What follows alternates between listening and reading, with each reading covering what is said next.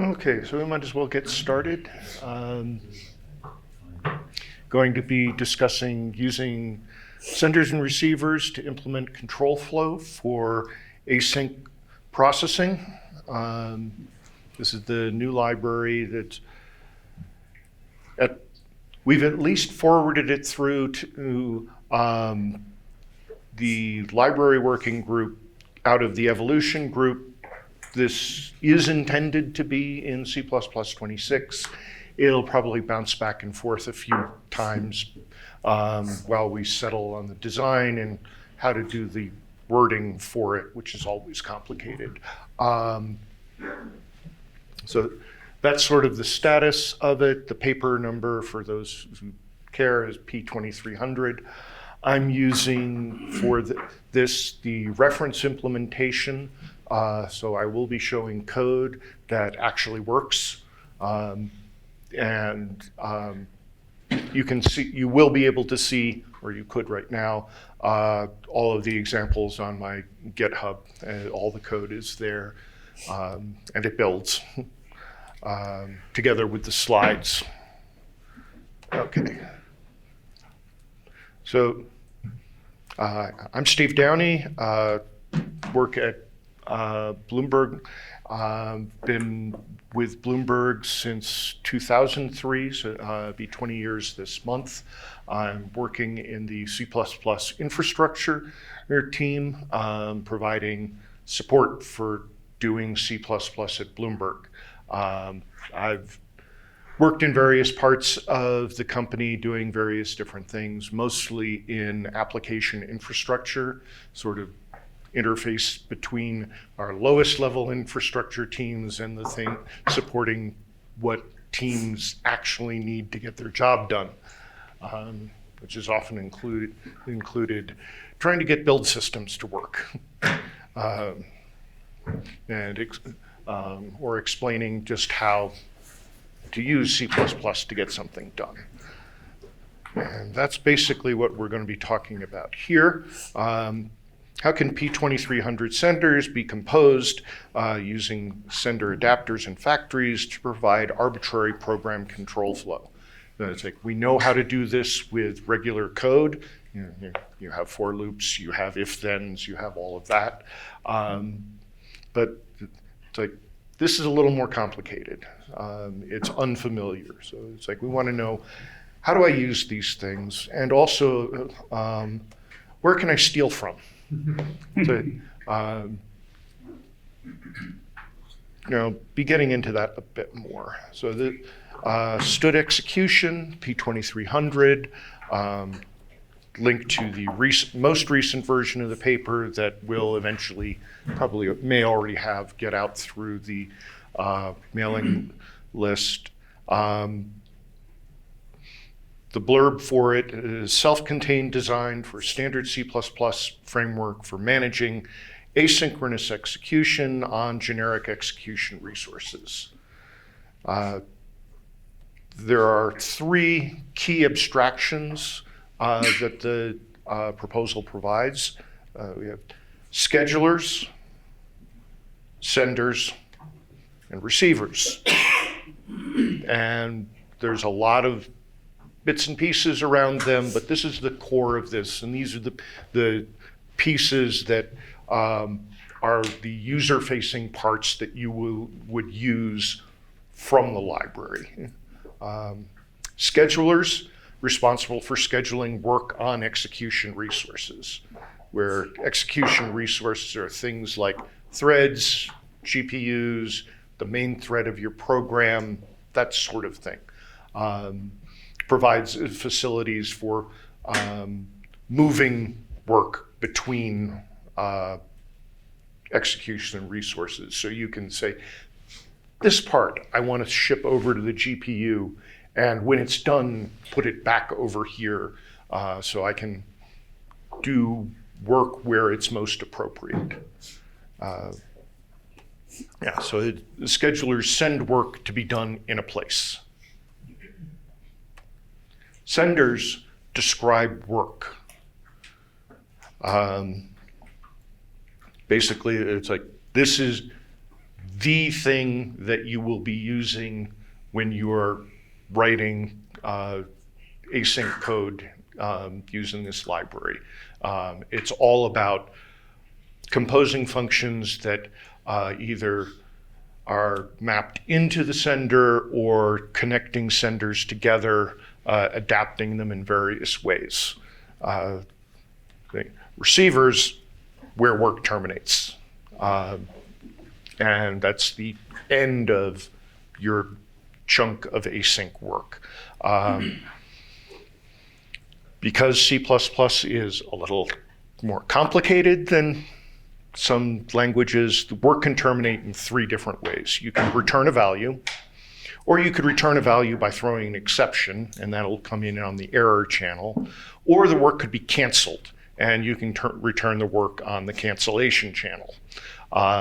There are also ways of basically crossing each of these, or taking something from the error channel and moving it back onto the value channel, vice versa. But this is all, it's like we've got value channel, error channel, and the stopped channel. And we can mix and match them in various ways. And this is because, well, since we want to do async, we want to be able to provide the facility to say stop. This is a problem for most async workflows. It requires some cooperation, because if you've got a long-running process, interrupting it without bringing down the whole program requires some work. The sender-to-receiver model basically wraps up things so it's much easier to generically cancel. And then the work sends the stop signal and whatever you've told it to do. I will be mostly focusing just on the value channel.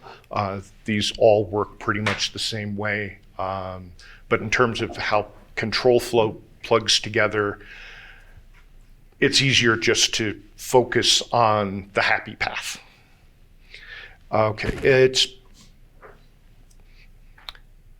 it's been a few minutes, so let's look at some code.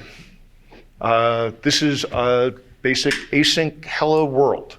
And we're going to see a lot of code that looks very much like this, and your code is going to look very much like this, likely. We pull in using the stdexec library, which provides in the stdexec path and namespace the facilities that are proposed right now for standardization, and it also provides a lot of support facilities that have not been proposed yet, but likely will. Having talked with the authors of the proposal, they do not want to have another one ranges proposal that was too big to review. We want to get the core pieces that you have to have in first.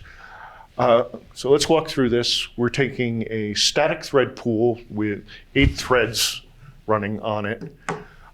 We get a scheduler by calling getScheduler on that thread pool. And that's our interface into asking the thread pool to do work for us. We get a sender by saying schedule on this schedule, or doing nothing. But this gives us a hook to start the async processing with. And then we're going to take our beginning, connect it with the then adapter, and then we're going to do hello world, and we're going to return an int. And then we're going to connect to the hi adapter, return whatever was sent from the first one, which will be 13. We're going to add 42 to it. And at this point, nothing has happened. We haven't actually done any work yet. Sync wait says, take this work and just run it and finish up.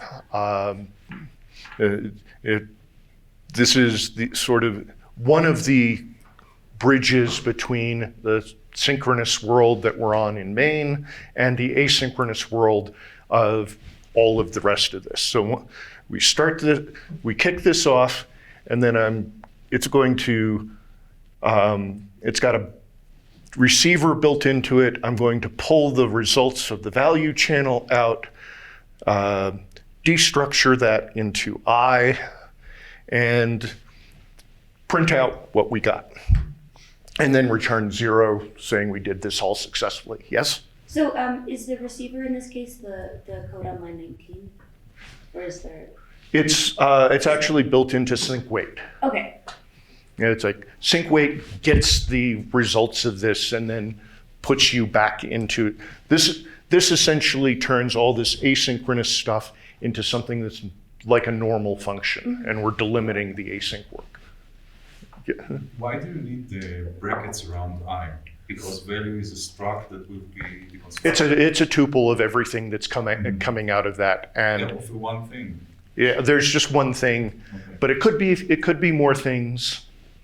Okay. It's like generic code. So Has sync wait moved into the std exec namespace in the latest proposal? Because I thought it was in the this thread namespace.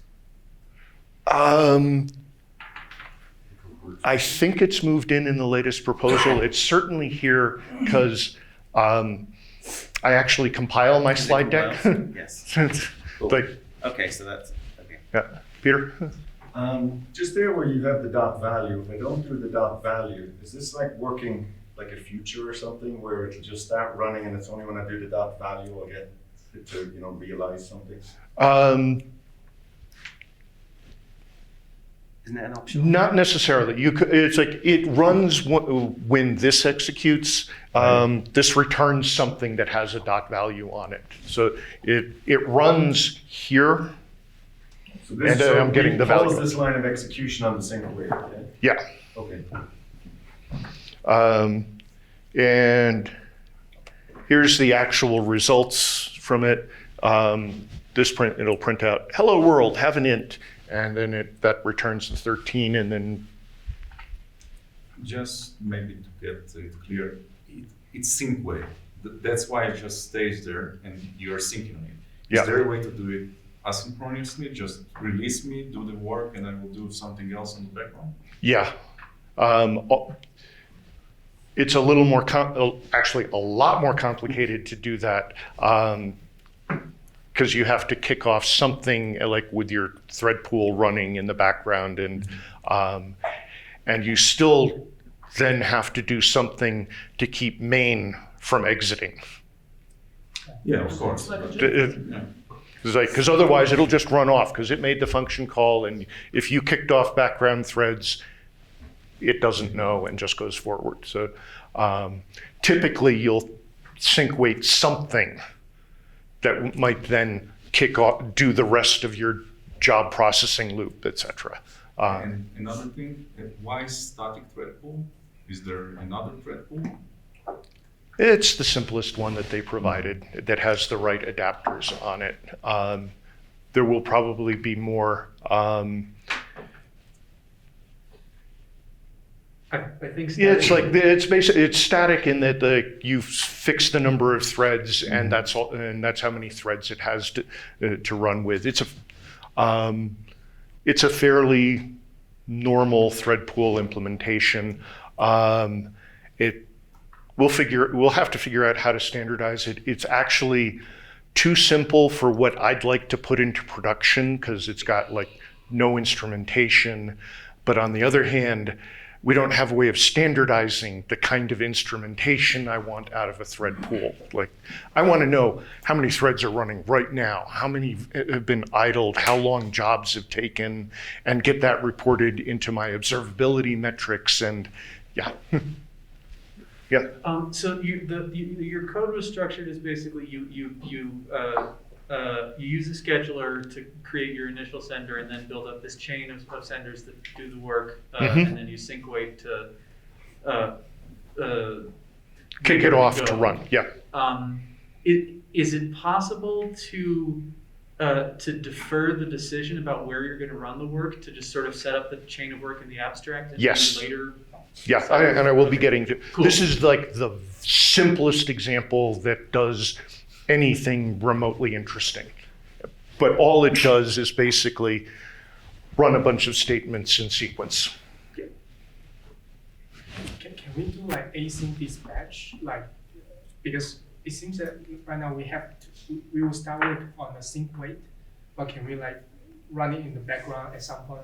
Let's check it. There are ways of doing that. I won't actually be going into them in this talk because getting that working is more complicated and distracting from what I'm trying to talk about, which is how to set up the control graph of the work that you want to do.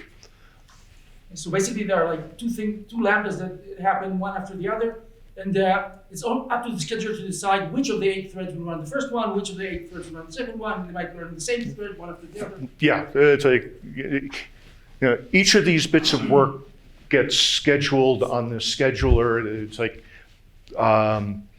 when they're connected, it goes, okay, you haven't told me specifically to run on something. I'll look where I'm connected to, ask it what scheduler to run, and again, it's all very default. Steve, clarification on that question. Roy seemed to be suggesting that each of those pieces of work might get rescheduled by the scheduler. Is that the case, or is it just the case that the scheduler schedules at the start and then they all follow on the one thread, as it were? There are some games you can play with that. The way this is set up, it's just going to run on the one thread. Yeah. It's going to pick up, like, where are you running? I'm just following along. Yes, yes. So the beginning thing is where we interact with the scheduler to make, and from there on. Yeah, and I will be showing some more interesting things. Here's a slightly more interesting example where we're scheduling 3 bits of work, fanning things out. The work we're doing is just squaring the number that's sent into us, where it's like there are only three threads, but they should be, roughly speaking, well, all of this happens too quickly to actually get much use out of threads. Nominally, these could all be scheduled on the 3 different threads in the pool. They actually exit too fast and get done before anything happens. But we're pulling in a few more pieces of the core library, working sort of inside out. The just takes a value and creates a sender that sends that value. It's like a constant function, and it's a way of lifting normal values into senders. You'll see it a lot, especially when you're trying to, it's like, okay, I've got my result, and I need to send this on, so you'll send a sender, we'll be getting to that. But we're going to schedule each of these jobs on the scheduler that we've created, and we connect the values here and pipe them into then. Pipe operator takes this, sticks it in as the first argument, and then we connect that sender with the function, mapping it in. This is like the transform operation in ranges, or fmap for functor map. It's just variadic, so you can push more than one parameter? It's variadic and it'll send a tuple. Mm-hmm. So it's like, so yeah, you can send all of the current data or environment that you need forward. And here it's like we do the same. We move the work into the sync weight adapter. I don't remember which one of these things made me have to do that, but one of these is move only. So, we get the value out, which is we destructure into ij and k. These might have been run in any order, but the results will come back strictly in this order. So I know I is this bit of work, J is this bit of work, K is that bit of work, and then we're going to print it out. Yes? If just takes multiple like variadic parameters and it returns a tuple, does it have to be destructured before it's sent to the next sender, or does the next sender function have to take a tuple? The next, whatever's receiving that has to take that tuple. It's just like function composition. If you want to compose F with G, G better take what F was returning. Basically. Does it take the tuple, or does it take just the n arguments that get sent? Have to be the tuple, right? Like the function here would take 2 arguments if we sent 2 things from just. Yeah, it can get destructured, or you can take the tuple. Or either way. Yeah, it's like, basically it does a little bit of work for you. Say, well, if you're taking a tuple, I'm sending a tuple, that must be the value that you wanted. Okay. It's like, or it can do the destructuring for you as if you were doing like an apply on this. Does one all work well if you have, like, those are all in the same scheduler? What happens if they're in a different scheduler? They're still going to wait, and the waiting is essentially happening on wherever I running the wait all. Wait all returns a sender. All of these are composed together. The sender returned by when all basically contains all of these other senders and is just waiting for it. But you could, instead of scheduling this on this scheduler, you could have scheduled it on your GPU. You said that you compile all of your slides. So Yep. What reference implementation are you using? NVIDIA std exec.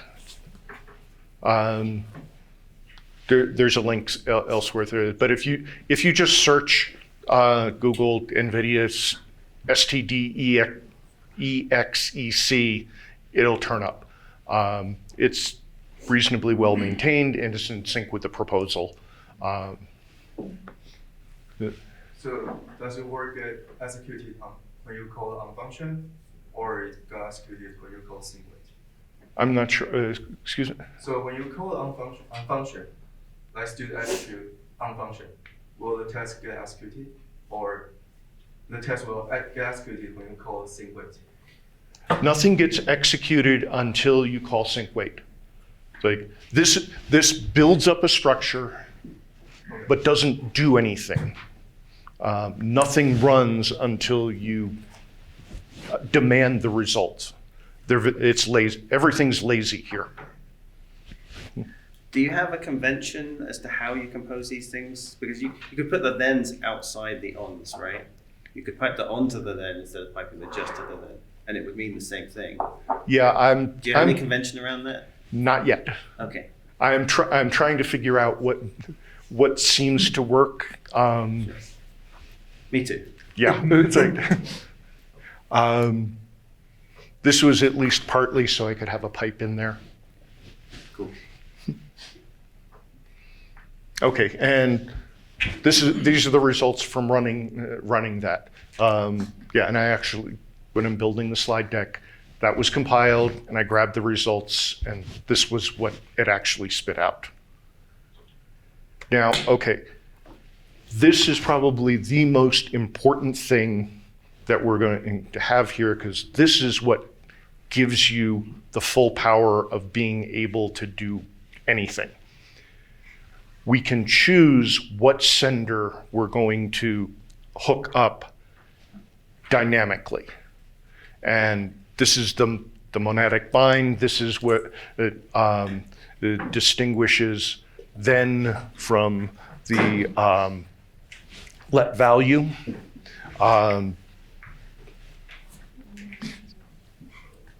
And we're going to make, for initial exposition, a really simple choice.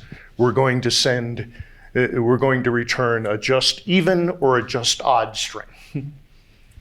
Like, I'm not trying to do interesting work here, but what let value does, it connects up, it takes what was sent to it. The function must return a sender, and that sender that is returned is what sends on the result to the next thing.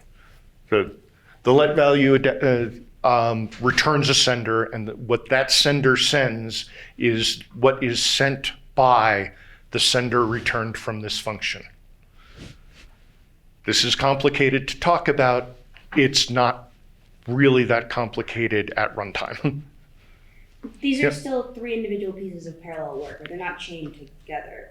Right. Okay. These are going to be 3 different pieces of parallel work. We're just, the only real difference between this and the last slide is instead of just doing the calculation, I'm going to print out, have it return even or odd depending on what was sent to it.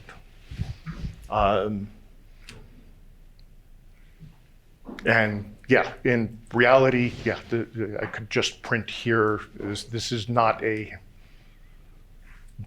meaningful example at this point. This is silly slideware. I'm sorry to ask so many questions. No, What's that's a good example that would demonstrate the real, because you were saying this is like the real power behind I will be it. getting to that. Yeah, Okay. it's like when we actually build up some real structures. Okay. Okay, so that function fun, you can look at I, you can also look at global information or Yeah, outside it's got stuff. it's got access to everything globally. If I'd written the lambda here, you've got visibility back this way, so you can, which is important and is part of the reason for naming this let. There's a lot of programming systems where it's like let is sort of a capture that lets you initialize values. A common pattern we'll see is the lambda will have a capture list that takes the values from the surrounding environment. And how far that environment is up to you. Because lifetime, we'll get into this more, but because lifetime is important, let value keeps alive the sender that is giving it information. So by default, you get your naive expectation of lifetime. The trade-off is you're building up a stack. So if same problem as doing, and I will get to this, if you do something recursive, you can build up a huge stack. And not strictly a leak, but you can use a lot more memory than you think you might. So this is really just one of the ways to do control flow with the async. Yep, this is the very simple control flow. We're going left or right on this. And we'll get to some more interesting ones in a bit. But the important thing is we've got enough API now to talk about control flow. And this is basically the very minimal set that you actually need to do everything else. You might not want to do it that way, but you can. So it's important to get these parts standardized, and then we can, you might not actually want to build your recursive fold out of these because that's a terrible idea, but you can. We'll get to that. You'd want to write algorithms that are smarter, easier to use. But with these, we can build up anything that we need to. On tells us where we're going to run things. Just brings a value into the senders. Then takes a function and maps it into the sender, so you get f of a, whatever that sender was sending comes out. Let value takes a function that returns a sender, and that's what is sent forward, what it sends. And sync wait lets us run and terminate the functions. And as I said before, I'm going to mostly ignore the error and stop channels because they work just like this. And you can mix and match them, but it's like from a control point of view of building up your structure, there's nothing particularly interesting about them. And we never have errors in our code. So. No, well, it's like, it might not be errors in your code. It might be, oh, I couldn't connect to the server that you told me to connect to. And the error channel means you can abort early and like not get through all the rest of the graph. Do common error handling from all of the different parts and just chain that at the end. So there are interesting things to do with the other bits and pieces, but they work pretty much the same way. So this is going to be the vigorous hand-waving part. I'm going to be talking about lots of jazz hands. So, I'm going to be talking about some of the theory that underlies this, and trying to look at all of this in a few different ways that hopefully one of them clicks a little bit. If none of them do, you at least have some words to Google and figure out how this works as you're trying to play with the toys. And yeah, as I mentioned before, that minimal API, this is a Tinker toy set. Like, you've got to build up actual pieces yourself. So we're going to talk about a little bit of theory. Underlying all of this is what's called continuation passing style. This isn't new, and I'm saying this because a lot of people are like, this is a whole weird new model. It's like that's coming out of nowhere, or that was just invented last year. It's like, no, this was invented in 1975 in one of the early AI memos. It's like, we have a deep understanding of how the model underlying senders and receivers works. So, which is one of the things that gives me confidence when I was reading this and realized this. It's like, oh yeah, we really can build anything out of this. It's weird in C++, but it's like, it's not that much weirder than ranges were, or when we first started working with them.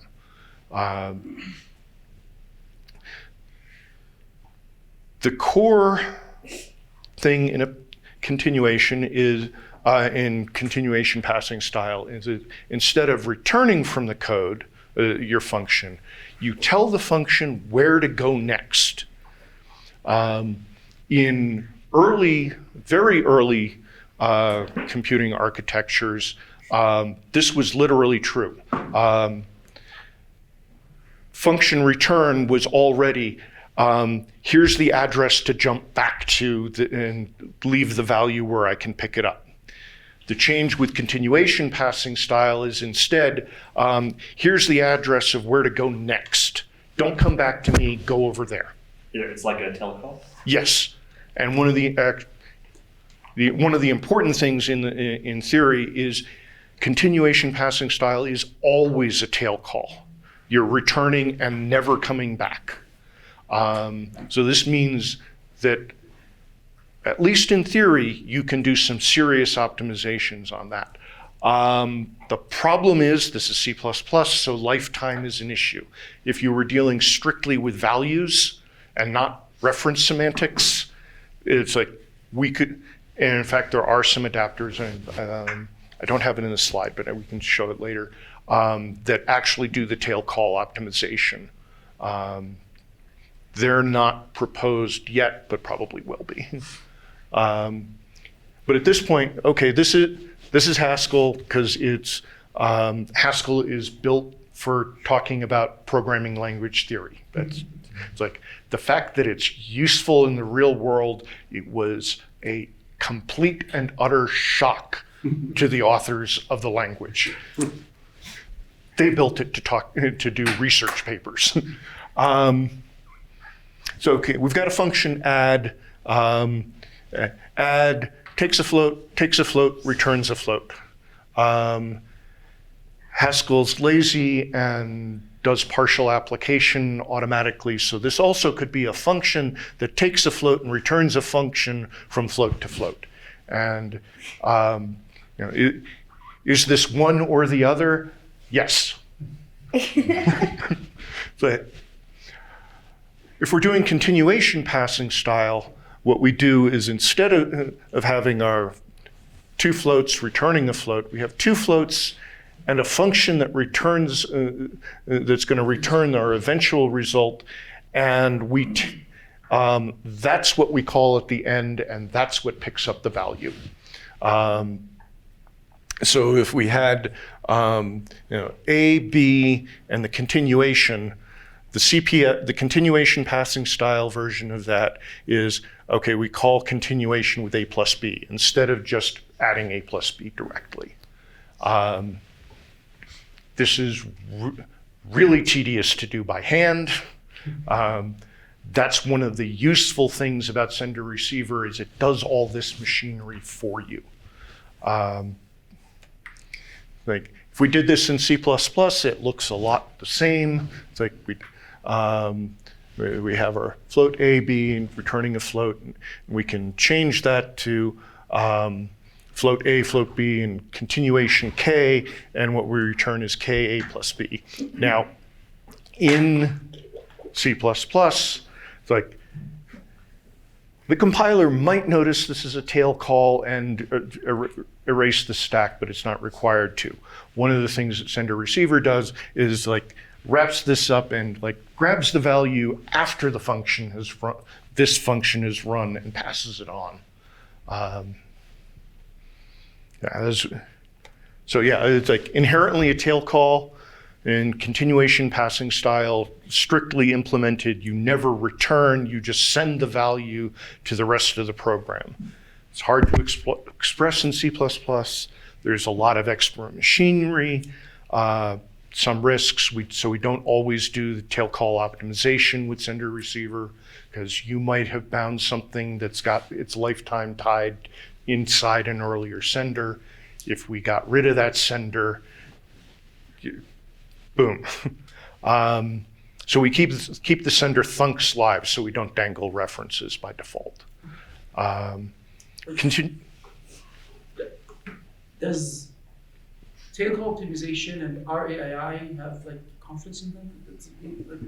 If I have, yeah, you have to be careful about that. But it's like we are doing function return, so it's like you want to get those orderings right, and sender receiver helps get that right because the function runs, we take the value and wrap it up. So the RIA, yeah, so the structures will be called before we move on. Yeah. Yeah. So there's no forwarding call inside. There's an actual return statement. The returned single object then gets taken by the framework and then passed on to the next. Yes. Thing. Yeah. And that's where it determines whether it can match to a tuple or something with multiple. Yeah. Yeah. It does. I mean, it does that statically at compile time. Yeah. It's like, and of course, this is all template heavy stuff, so the error message can be confusing. This implementation has some built-in stuff to generate nicer error messages, but they still come like 4 or 5 errors after. So I think you were. If you're confident about your lifetimes, could you just wrap the thunk in a reference wrapper? Not sure about that. It's probably better. It's like not proposed for standardization yet, but there's a trampoline scheduler that does basically that. Okay. It's a, When you say sender funcs, are you talking about the operation state? What Eric called yeah, the it's like the state? operation Okay. states that get built up. You've got a chain of stuff that's still live. Yeah, yeah. So, yeah, not the Not the actual sender itself, but yeah, the the thing inside that gets created when you connect them. yeah, it's like that's holding the data that's been created. As I said, there's a lot of hand waving here because there is a lot of machinery in these that sometimes you need to know, but it's like most of the time it's okay to ignore that. CPS has been intermittently popular as a compiler implementation technique. The transformations are mechanical. They are provably equivalent to single static assignment, and it makes a lot of optimization techniques in the front end fairly straightforward. We're currently not in the state of this being popular. Single static assignment is much more common right now. But they're equivalent and equal in power.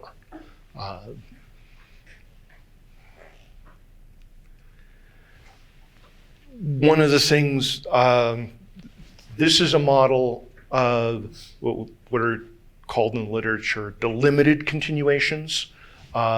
There are also open-ended continuations that are harder to reason about. They're delimited by the receiver. And delimited continuations are basically equivalent to a function call.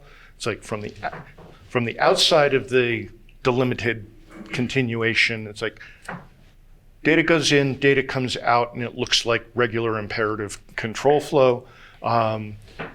The continuation work all happens inside. This was a quote from Oleg Kiselyov, who's done a lot of research in this area, trying to describe what a continuation is, and trying to convince people that you already know this.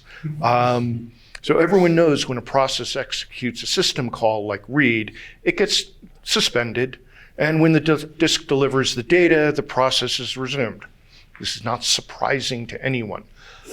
That suspension of a process is its continuation. It's delimited, not at the checkpoint of the whole OS, but it's the checkpoint of the process. And when the process is resumed, we have from the invocation main up to the point main returns is the whole delimited continuation of the process. Normally, the suspension for read would happen only once, but you might have might be 0 times exit, or you might fork and have more of these images. If this sounds a bit like coroutines, yes, it's the same kind of mechanism. And one important thing that I won't be going to in a lot of depth, but coroutines are awaitables are sender. The thing that comes out of the coroutine that will eventually gives you the value is a sender. When I was talking to Gore, who basically invented our coroutine infrastructure, and he said, yes, this is the framework that sender receiver that we need to put around coroutines. We always knew we needed some way to say, where does a coroutine go and do its work? How do we get stuff in and out? Like, this is how to do it.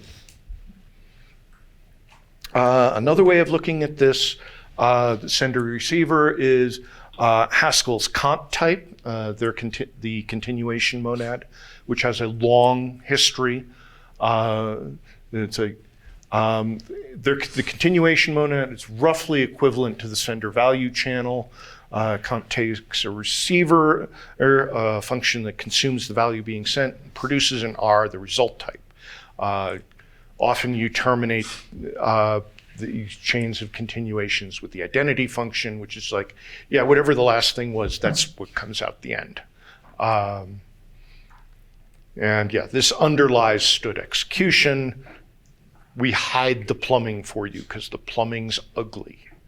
But senders send to their continuation, and they're delimited by the receiver. What we're doing here, we're adding another level of indirection to function calls. We know that indirection solves all the problems, adds 2 more, at least. Basically, the CPS indirects function return. We take the function from A to B, and we turn it into AB, and pass the continuation BR, B to R, and eventually return the R, the result type. Some example code for this. Because we've got this level of indirection now, though, we can do lots of interesting things in that function that we're passing in as the continuation, where to send the data. Sender basically closes over A. You don't see the thing inside the A. Inside the sender, you only see what it's sending out. There might not even be anything inside there, like the just sender doesn't really have a value inside of it. It's not doing a computation. It's just taking that value and sending it whenever you demand it. So the inner type's mostly erased. Not entirely, because the templates tend to encapsulate this, and this can be a problem because your sender's real type might be sender of then, of lambda, of like, and yeah, the types can get huge. Certain, I'll get into this thing, but basically, receiver is the transform to result. It's like we take that function that is our receiver. The receiver in sender receiver has 3 completion signatures that have to match up with what the senders are sending. They're often variadic templates, so they really accept all sorts of things. But if the whole chain of senders is finally sending a B, the receiver it gets hooked up, takes that as the completion function from B to R, and eventually gives out the result, which might be tuple of everything, or you can see which channel things came out on. So let me show you some pictures. This is our basic sender. There's an A bound in there that you can't get at, but it's going to send some type of B out when it's demanded to. The just sender that we've been talking about, whatever value's in, there's nothing in there, but when it's asked for a value, it's going to send that 0 out, or whatever you told it to. That it's like, this is a constant function. Then's a little more complicated, but not a lot. We're going to take a function from A to B. We're going to build up a just A and then F, applying our function. So inside, the sender is going to remember the function that it's supposed to apply, takes the value, and what it sends is F of A.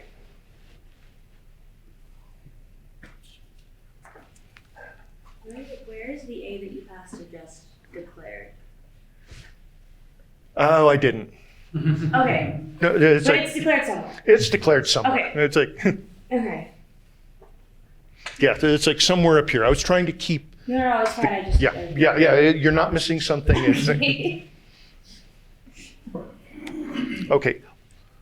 Let value is the complicated one. This is the monadic bind, and it's like now we're into monads, and it's getting more complicated. But it takes a function that's going to return a sender. So we've got this function that I've called send that's going to return a sender of the value channel of B. like, so this is basically saying whatever A is returning, it's a sender that's going to send B on its value channel. Yeah, these are concept stuff and it gets messy, but so when we chain these together, what we have in here, it's like we've got a sender that's going to send an A and it sends it to this function that's going to return a sender that sends a B, whatever comes out of this sender. The whole thing returned from let value just sends a B out, and it's going to be this B. So from the outside, you don't see what it is, but here you can make choices about what kind of sender to send. And then it just gets hooked up and sends its value forward. Okay, yeah, in which we use the M word. Sender's a monad. Surprise, shock, dismay. Function composition's the hint here. It's like whenever we're talking about systems that do function composition, like we're mapping and composing things and chaining together, it's really likely that it's monadic.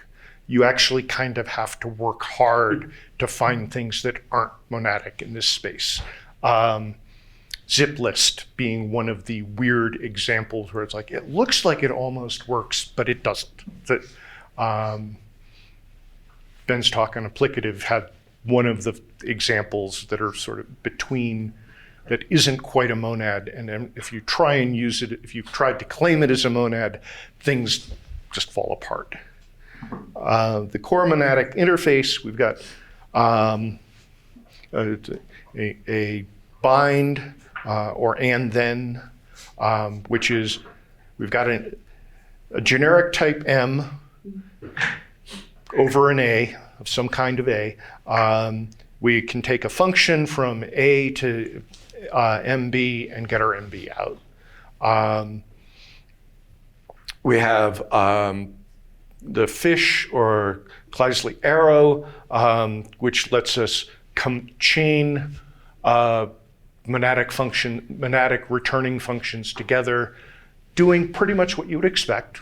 Like if you've got an A that goes to a B and you take a function from B that goes to a C, you can turn those into a function that goes from A to C. So you could have your list, a function that from A that returns a list of Bs. You could have a function that takes a B and returns a list of Cs. And from that, you can get stack them together and go from A to a list of Cs. Same thing with senders. The other important one is join, flatten, or mconcat. There are a lot of names for it, but it takes your sender of senders and turns it into just a sender, or list of lists and just takes all the lists and concatenates together, so you just have a list. The applicative and functor parts of monad, it's like make or pure or return.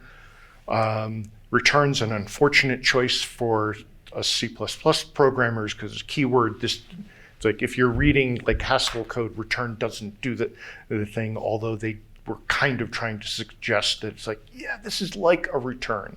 But it takes a value and brings it, lifts it up into your monad. It's like, so start with the value 5 and turn it into a list that has a 5 in it.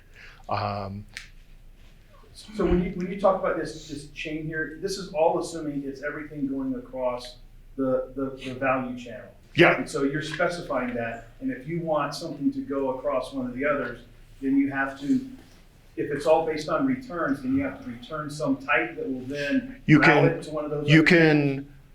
There are adapters that will say, take this thing that came out on the value channel and put it on the error channel. Also, automatically, if you throw an exception, that exception, what is thrown is grabbed and put on the error channel. And so is it possible for the very last thing in the chain to have a void return? Yeah. Presumably, you've managed to stash the work that you've been doing elsewhere.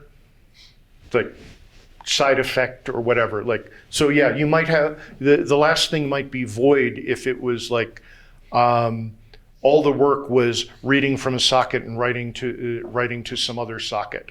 And you don't care about, the data is nothing, you're just caring about the effect. So are those two concepts or notions here, they relate to just and then? Or? Yeah, this is just, this is then. We've been arguing, it's like, I think. yeah, it's just like, one of the problems is we would like to have a way to describe to algorithms that use this for this monad. It's like we don't have it. Original concept proposal back in C++11 had a mechanism to say, oh, the operation pure is implemented for this type this way. We've generally chosen to use the domain meaning of these functions when we're operating on them. So for senders, then makes sense because it's take this, then do that. Let value, the intuition is like I'm let binding. It's like I'm grabbing things and assigning variables.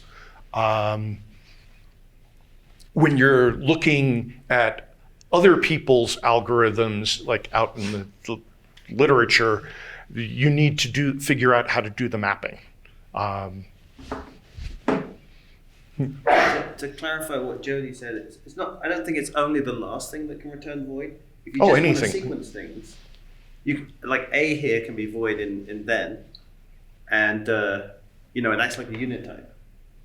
So you can have you can have a sender that sends void or nothing, and then you can use then with a function that takes nothing. Right? If you just want to sequence them.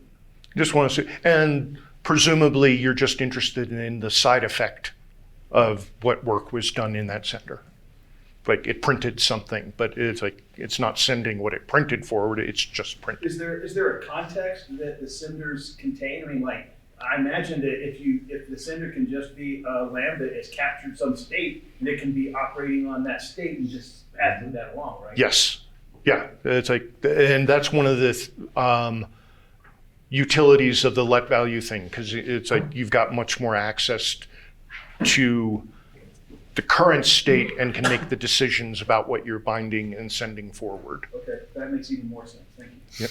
Thank you. Not going to go into these too much, but basically there's a bunch of rules about how monads are required to work to be a monad. Basically, it's like, yeah, they compose the way you would expect them to compose. It's like, I can do the left side or the right side first, things like that. Yeah, and sender is basically 3 monads in a trench coat. It's like we're stacking up value, error, and stop. It's like stapling them together with ways of doing things between them. I'm sorry, so this distinction, so stopped, does that have an indication of success, or if it was an error? So if it stopped because it was an error, do you get a message on the error? Stopped is you were requested to cancel and did cancel. Okay, so that's the only thing that's for. Yeah, well, there's generic parts. You could do anything you want with it.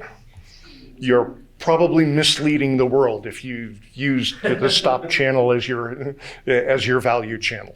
Okay, so that's not even a pause. I was asked to cancel, and now I'm letting you know that I'm done. Yeah. Okay. Yeah. And there are adapters that let you cross the various channels like a bus. It's like, so you can wire them up in various ways. Like you had an error, you can send that error to the value channel and say, okay, this didn't work in some way. but we can proceed and go forward. Like, oh, you weren't able to connect to the server that you wanted to. Maybe you send that thing sends an error, something else picks it up and says, oh, I'll try the other one. Peter? Just about your arrow channel, I know you're not going to go into it, but is the only way to get on there throw in an exception, or is there a way to? You can just send an error.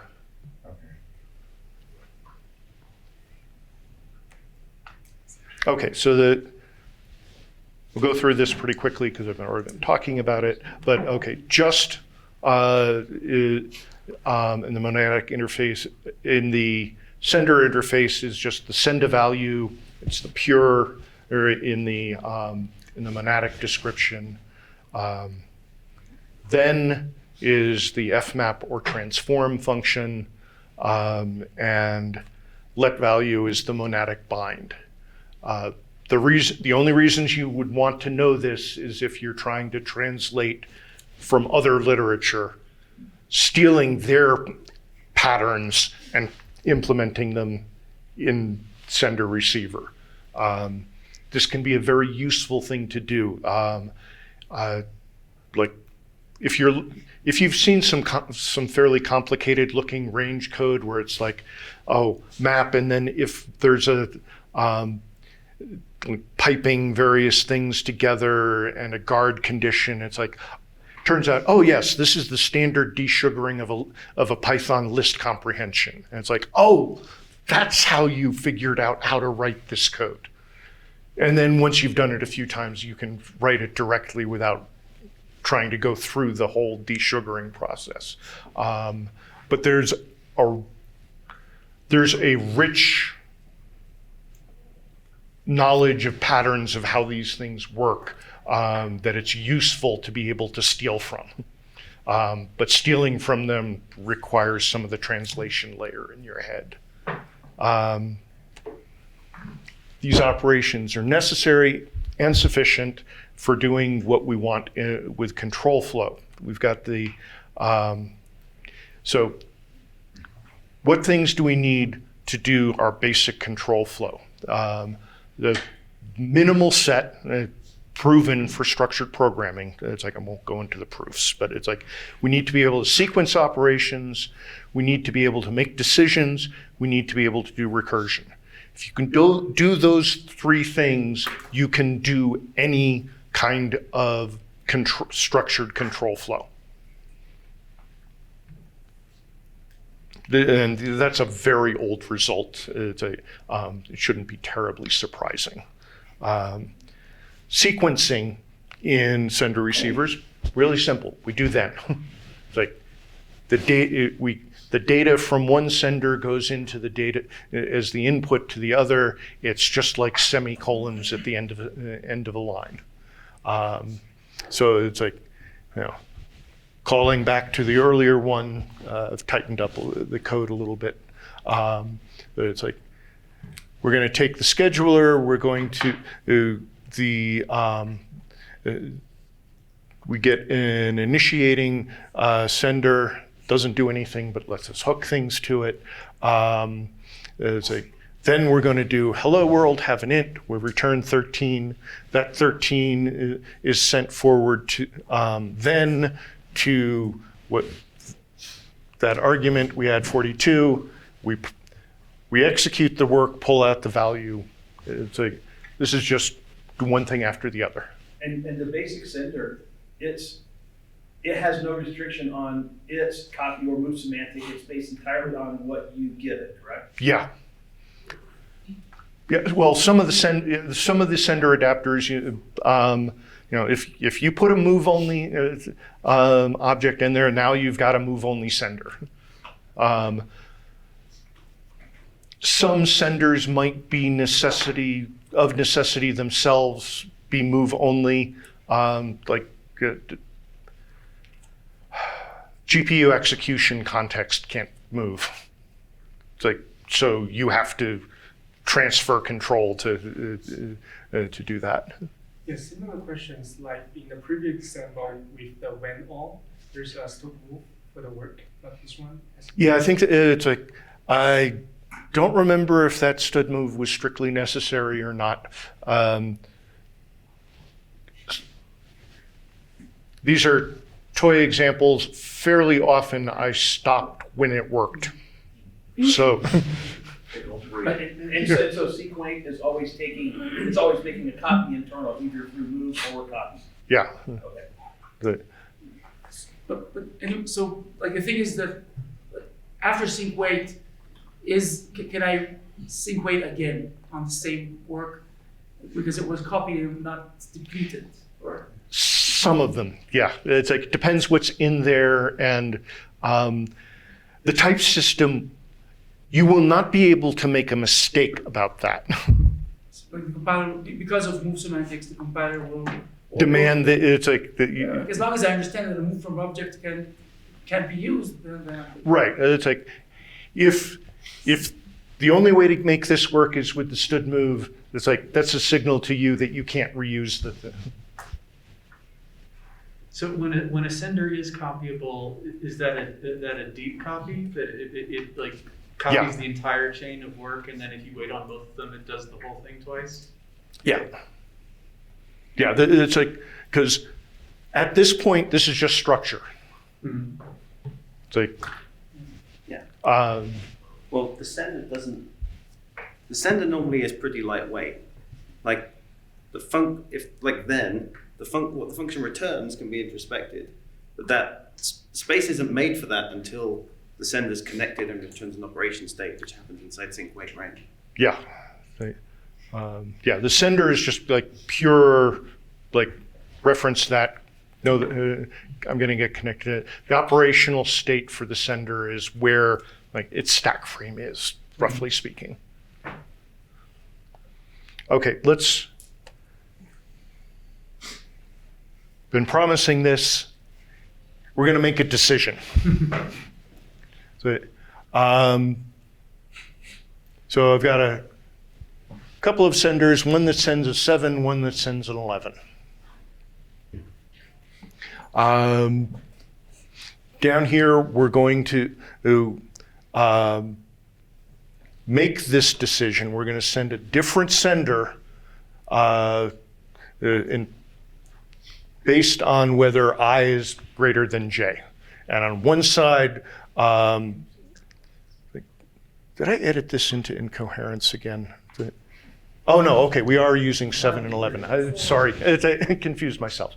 It's like, basically, it's like, I'm going to send 7, say that we're on the true branch, print out the value that was sent to us. On the false branch, it's like, we're going to send 11, print out false branch in 11, depending on what data we set up here. And how in here do we determine? So you have a thread pool. I saw earlier where you take and you put a sender on this thing. But if you're doing this pipeline, how can you say whether you want those running consecutively within the same threading context, or whether you want each of the continuations to run in a separate threading context? Because I'm not doing any rescheduling on here, they're going to run on the same thread schedule as the first one. So everything just keeps running. Okay, so if I did an on, I could reschedule those things. I think you were. Sorry, I must have just missed something. Where's TST defined? The what? TST, where is that defined? On line 16. Yes. Next. Oh, this, no, it's, okay. Yeah, I was trying to fit things on the slide. So, yeah, TST is the function that takes a predicate and 2 senders and returns. It's like, do I have it? How does it make those senders the same type? I'm using a type array sender. Right, that's the key, I think. Yeah, it's a. Actually, in this case, it's actually using a variant sender because I knew which type was which. So it's like this will send either this sender or that sender.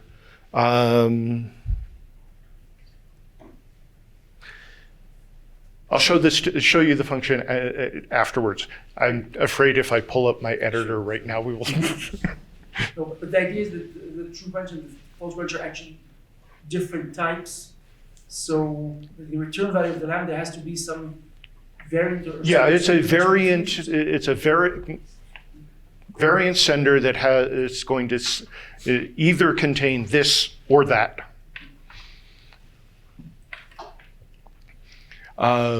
Yeah, and our test, the TST function, it's like predicate, sender, returns variant, which are of these. It's like it's actually a really simple function. That's why I extracted it out. But it's like, yeah, if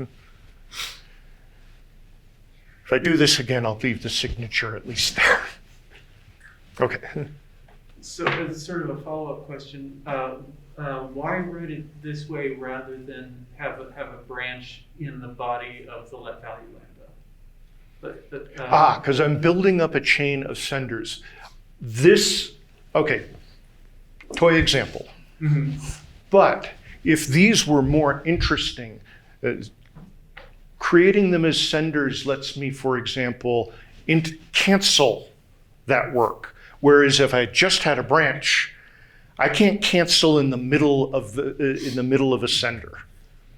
Okay, but I mean, the second and third arguments to test are like those are just creating senders. That's not much work to worry about canceling. Toy example. So but the idea is like if this was more Yeah, complex. if this was larger, heavier weight, it's like this gives me more control over the async graph. Or like on one side, I want to execute this on a GPU. The other side, I want to use the local SIMD instructions or like some other thing. It's like you can do lots of things in this decision with making decisions. Common case is really going to be, oh, this work should really execute over there. So you had. That kind of covered it. Okay. Yeah, I just have a question for the languages. So in line 5, we can we just use all to begin? Ignore Yeah. the No, it's like this is a concept that constrains this to be a sender. Oh. This is it's like concept syntax, because sender's a concept, not a type. This says, okay, this thing is a sender. I could have said it was auto, but then I could make more easily a mistake and have something here that isn't a sender. And then I get confusing errors elsewhere in the program. So stop me if I'm rattling too much. You need to keep going. I'm want to go back to my previous question. So like in a non-toy example, the two branches might be doing a substantial amount of work or need to execute somewhere else, something like that. Could you instead express that with an ordinary branch, but where the bodies of the branch just immediately return senders that do all that extra work or do the rescheduling and whatnot? Yes. Okay. That's sort of logically the same thing as here. Could this have been written as with return if I greater than j return 7, pipe whatever else return that? No, you would need to decal type those sender expressions to put them into the variant because you have to return one type. You can't return two different types, right? And that's what that's one of the jobs of TS doing. Okay. Yeah, and if you just wrote it in code, then you're in normal function execution. So I couldn't interrupt you. You couldn't have choice of scheduling. Right, but with what I'm suggesting, there's almost the only computation that's being done in the procedural code is the condition evaluation. Oh yeah. It's like basically. What TST is really doing is doing the cast to get the unified sender. Okay. It's this returns because I've hard coded. It's like 0. Oh yeah, I do have. Here is the test function. There's too many slides ahead for me to remember it was in here. So yeah, we take bool condition, we take the left and right side, and in this case, yeah, I am sending any sender of the value of the set value channel and returned left or right.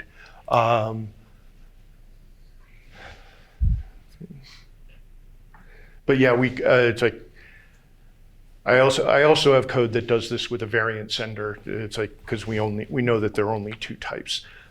That preserves the visibility of the types. Any sender erases, so there's more cost. Okay, recursion.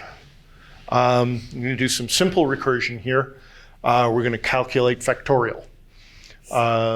So I need an any int sender, because we're going to be returning either just, or we're going to be chaining the senders together. So we're going to return, okay, base case of the recursion, and it's like the rest of it.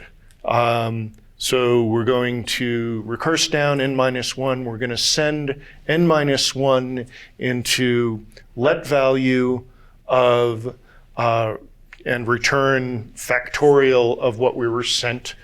And then we're capturing the n that we have, and we're going to get the result of this, and we're going to return k times n. Yep. What are the performance implications of doing factorial this way as opposed to like? It's terrible.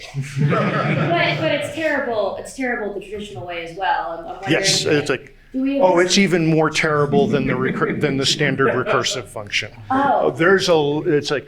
There's a lot of machinery here. It's like you're doing a lot of work. This is not a good way of writing a factorial Are function. like Stack Overflow implications and all the issues associated? It's with exactly recursion? the same. This That's with builds. extra work. Okay. They're doing a ton of extra work building all this up. It's all Okay. held live in memory. It's like, Don't do this. Got it. it's like, this isn't, it's important to know that you could write this because sometimes you want to.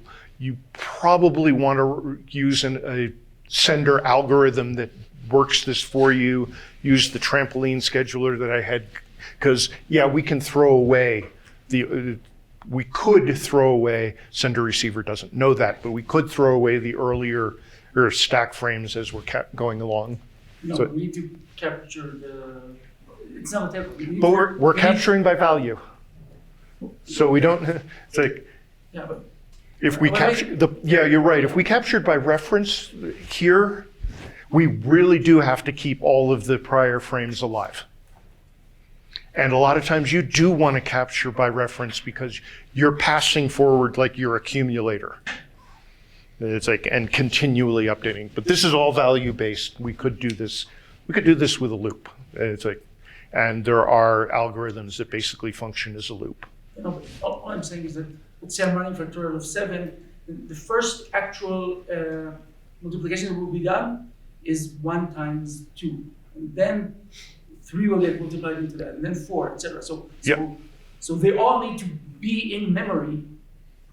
Oh, but you can once you've done that multiplication, it's done and you could throw it away because you're sending the value forward. Yeah, but before I start doing my first multiplication, I've created Yeah. the entire chain. You've created the entire chain before you start. Well, Well, it's not a table. no, it's dynamic. It's the chain isn't created until Yeah. we start running the code. Yeah, I But- understand. So before I run sync wait, it's only one node. Right. Then I call sync wait, and then nodes start creating one after the other. Together. And only once they're all created, then I start multiplying things and wrapping it all back up. Yeah. Be aware if you do this, but it's like the reason to know that this can be done is it's like this lets us be confident we could express all these kinds of control flows. Yeah, and actually that kind of got into the question that I was going to ask. Basically, I was going to say, like, when you say it's expensive, is it all just construction costs, or is like there are ongoing like communication overhead as well that's expensive? And it sounds like it's mostly construction costs. It's That like- happens a lot in the end. Yeah, it's But you are constructing things, and it's like this is not a good way of writing factorial. It's like we can also do a much more general case. Here's a okay. This was just like executing some of this. And it's like showing that there's no work done, and then we sync wait and create it. Running it, we get it's like we built the factorial. Nothing's happened, and then we're printing out as we go along. It's like we calculate factorial of 10, 9, 8, 7, 6, it's like, and then factorial of 10 is that. More general case here, this is the naive Fibonacci. This is horrible. It's exponential in runtime cost. It's like you will calculate a Fibonacci of 1 2 to the nth times for this. Running this on and calculating Fibonacci of like 37 consumed 4.8 gigabytes of memory on my machine. It's a good stress test. It's like great, but we can do it. I'm also doing some things here. It's like I've got a default scheduler function that lets us get at a globally available scheduler that we might run by default. So I can get these spread across a bunch of different threads. That actually makes things worse because I've ruined locality on this now. It's like adding more threads slowed the program down even more. It's like, but I could do it, and it all got cleaned up properly. Valgrind said, yeah, all good. You allocated all the memory, cleaned up fine. ASAN was happy. It's like, so the correctness concerns are fine. Have you looked at the code gen if you use an inline scheduler rather than a thread? No, I haven't yet. It'd be interesting to. Yeah. So here we run it.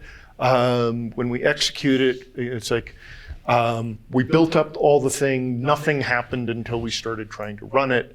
I'm actually printing it out twice because I was comparing it with the direct naive algorithm, and it's like, am I getting the same answer? It's like at one point when I was writing the code, I didn't because I messed up my code. It was only going down one side of the.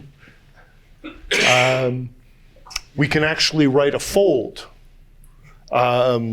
using senders and receivers.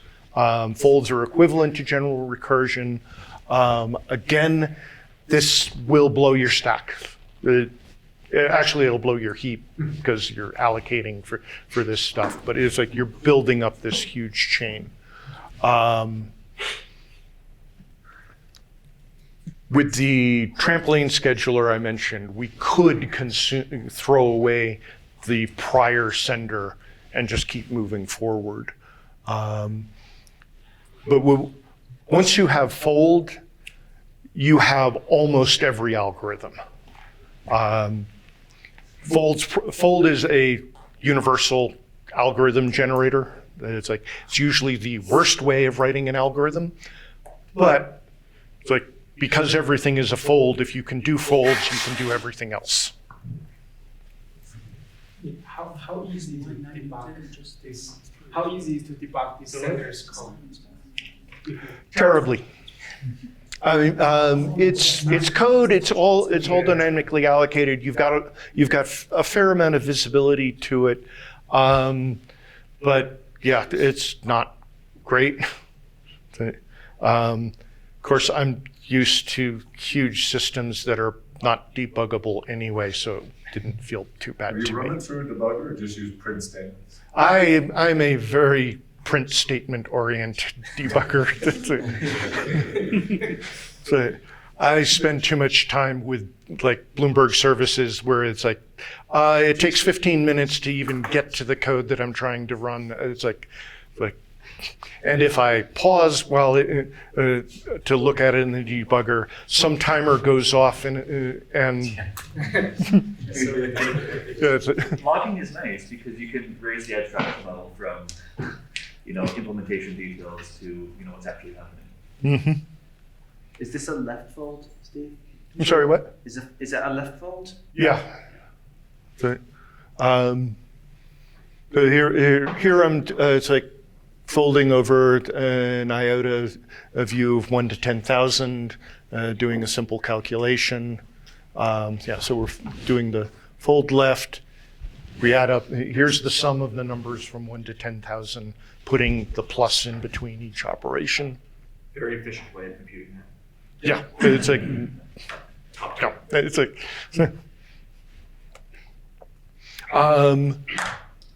this is actually one of the interesting things. It looks a little complicated, but we can do backtracking. One of the things we can do, I can give you a sender that says what you should do next when you aren't able to proceed. This is doing a tree walk, and we start at the top, and it's like we're going to search the tree. There's a test that's just Boolean function. The node pointer, this is a standard tree, nothing exciting. Scheduler, where we're going to do the work, and a sender for where, at this point in the node, I don't know what to do. I've run off the bottom of the tree. It's like, where should I go next? So what we can do is start at the top of the tree and go say, okay, go down the left side. When that fails, go down the right side. I can pass at that point. I know what to do. I've got the context. I can say, here's the right side node. Execute this algorithm on the right side. And at each point down the node, we can pick it up. So we automatically thread the tree and linearize it. And this is pulling the sender back down into our function signature because we have to tell the function where to go next. So it sort of moves things inside out. And it's like, so we're doing recursion down the tree. This is still somewhat expensive, but this isn't as bad as you'd think because the tree, well, it depends how big your tree is. You're going to build up a structure about it as big as the tree, but if you're doing something that, like parsing or looking at input, being able to pick up where you plan to leave off is useful. Some example, running some of this, it's like, I found the value 500 in the tree that I knew was there because I put it there. Now, overall, don't do the things that I just showed you. So, like, knowing that you can is not, this is how you should do it. You would generally write an algorithm. Also, just go ahead and write an algorithm. You look at this code and the general purpose algorithms are really complicated. That's because they're handling all the weird corner cases. Your algorithm for your purpose probably doesn't have to. You don't need to write fully generic code if you're just processing ints. It's like, while you might do these sort of things, you're trying to improve throughput. It's like, because you want to run these async parts, you want things to be interruptible. So you're having more fine-grained bits of work that you can stop at any point without having to worry about how to do that while you're doing the work. Are there inversion of control use cases for this? Like, oh yeah. Like you have the thread pool owned by the application and not the library, things like that. Yeah, it's like having default thread pools available. Inversion of control also shows up in that backtracking example if you look through it, because I can send into the much more generic algorithm. This is how you deal with a failure case. I don't have to bake that into the code. It's like I've got the context up here to know what it's supposed to do if it fails down there. So could your could the work that you're doing inside of your sender, could it be operating with coroutines and be Yes. consumable? Yeah, and as I mentioned, I'll say it simply, coroutines are senders. Really, the thing that the coroutine returns is a sender, but it's like, so that once we get a stood task, that'll be a sender.